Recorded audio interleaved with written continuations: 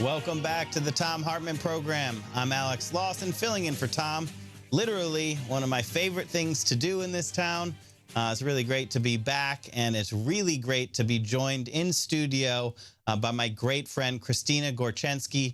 She's a community organizer and attorney in Houston, Texas. Christina, thanks for joining me in studio. Thanks so much for having me.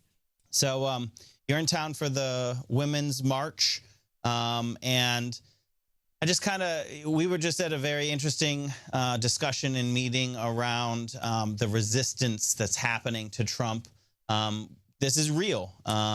Trump is our next president, and on Friday, he will be sworn into office, and he will be our president.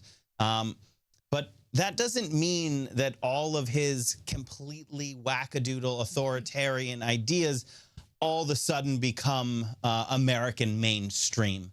And I think that is what a lot of this resistance and opposition is about. It's showing that the country has not changed. Mm-hmm. The president has changed, but the country isn't all of a sudden going to be, okay with these deeply un-American ideas that we've heard come out of Trump's mouth.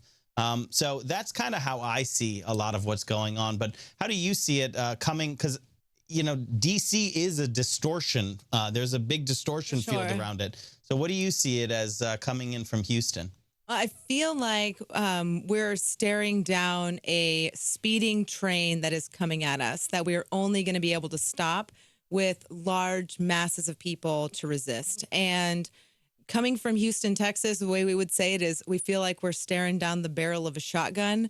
And it's caused a lot of people who typically wouldn't have gotten involved very much in politics, who watched in horror when he was elected, are now speaking out and making their voices heard. And they're traveling from all over the country, like me, to be here this weekend, to march with other women and to show that we believe that it is completely unacceptable for someone who brags about sexual assault to be elected president, to be making life or death decisions on behalf of the entire country.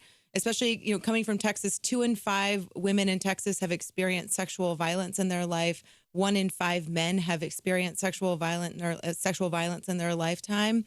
And for all of those folks out there to now see that this person's going to be sworn into the highest office of the land, it has the ability to make you feel really, really powerless. And so in being in community and in standing together, it's an opportunity for us to regain our power. And there's a great philosopher that once said, power is not given to you, you have to take it. That's Beyonce Knowles, also from Houston, Texas.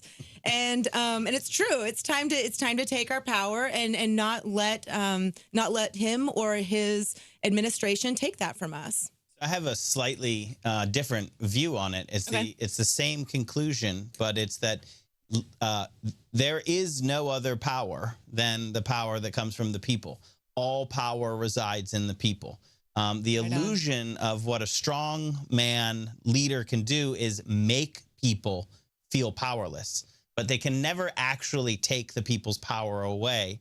And so you said standing in community. This is, I think, the most radical act that a person can take right now is solidarity. It is reminding ourselves of our power.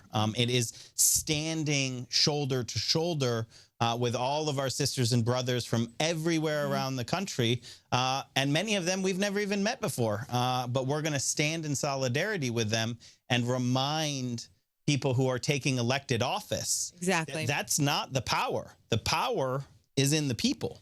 The power is in the people. And also, I think that standing together and showing so many other people across the country that there is an alternative to staying home and to sitting out an election. And so maybe if other people who either sat out this election or even people, the 53% of white women who supported Trump, if we can show them that there is another way and that we have collective power and that this is truly an opportunity. And though it is terrifying to see in some ways what's happening, sometimes fear can be a motivator. And perhaps there are going to be people here, I know for a fact, who have never participated in a protest or a march, and just met with a civil rights attorney who was briefing me on what my rights are in the event that any issues break out on Saturday at the Women's March.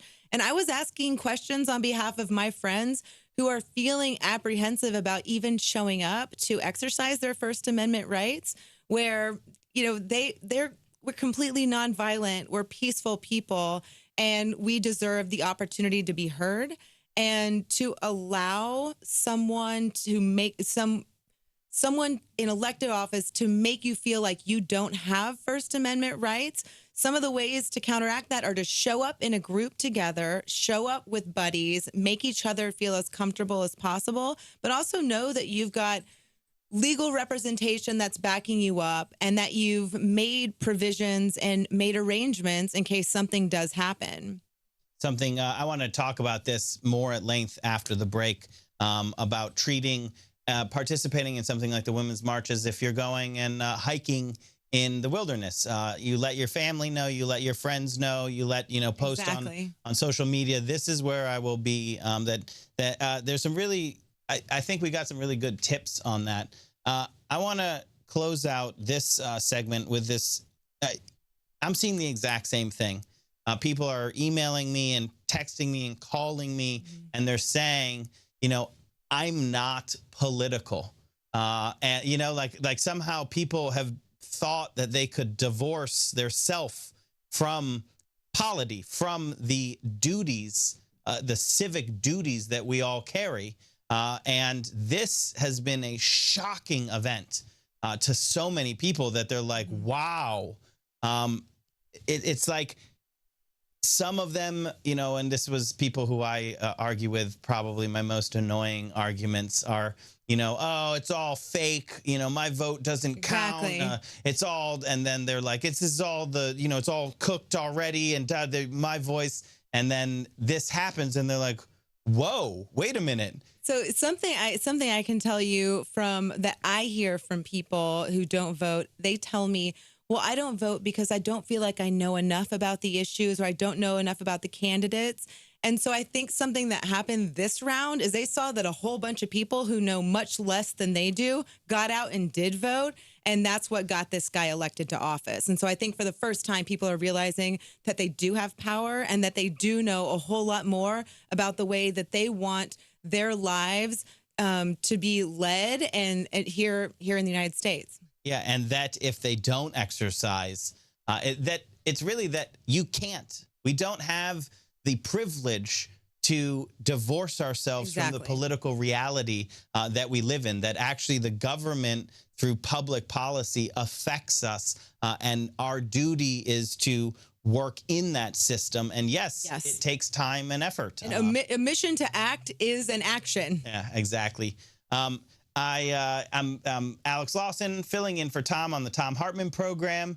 I'm speaking with Christina Gorczynski, a community organizer and attorney from Houston, Texas. We are talking about the Women's March on Washington, but more, we're talking about resistance to the Trump agenda and raising our voices together, what you can do to fight back. Stick with us. We're going to be taking your calls right after this on the Thom Hartmann Program.